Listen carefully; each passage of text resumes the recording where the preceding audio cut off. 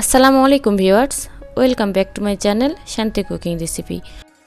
আজকে আমি আপনাদের সাথে শেয়ার করব মাত্র 3টা আলু দিয়ে ভীষণ মজার এবং খুবই সহজ একটি বিকালের নাস্তা রেসিপি।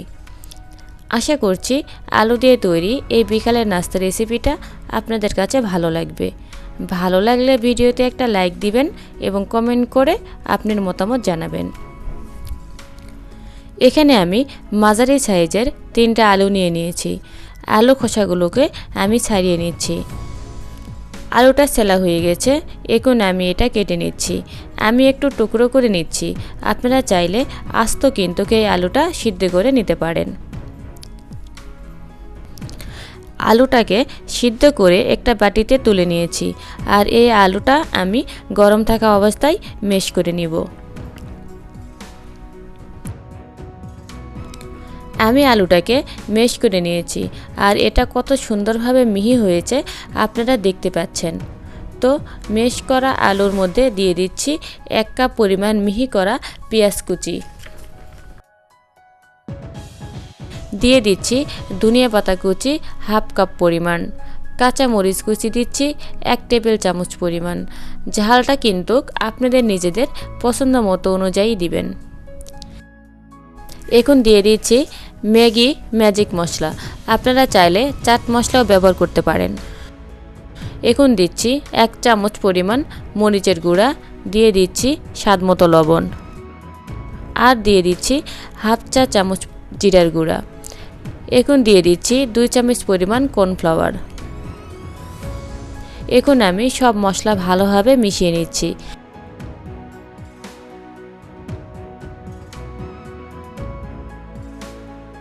সব মশলাগুলো ভালোভাবে মিশানো হয়ে গেছে। এখন এখান থেকে আমি অল্প অল্প করে হাতে নিয়ে নিচ্ছি এবং আমি আমার পছন্দ মতো একটা শেপ দিয়ে দিচ্ছি। আপনারা দেখে বুঝতে পারছেন আমি একইভাবে সবগুলো নাস্তা তৈরি করে নিব।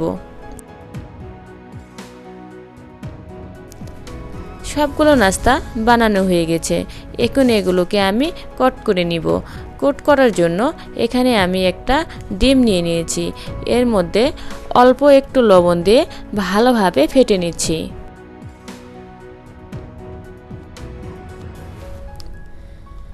এবারে একটা করে নাস্তা নিয়ে ডিমের মধ্যে ডুবিয়ে নিচ্ছি।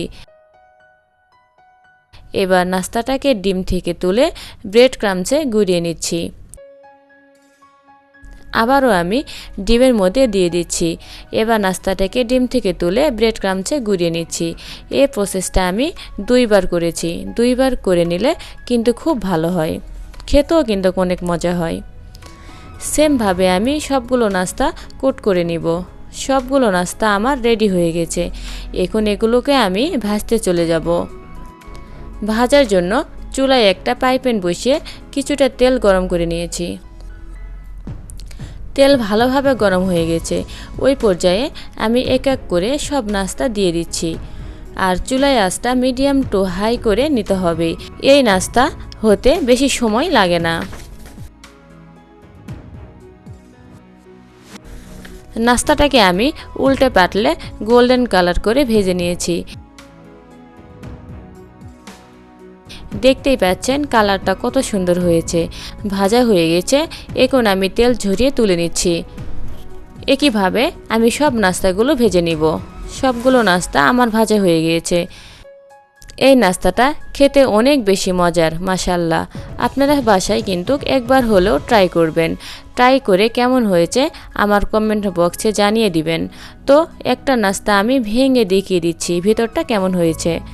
আশা করছি আমার আজকের এই রেসিপিটা আপনাদের কাছে ভালো লেগেছে।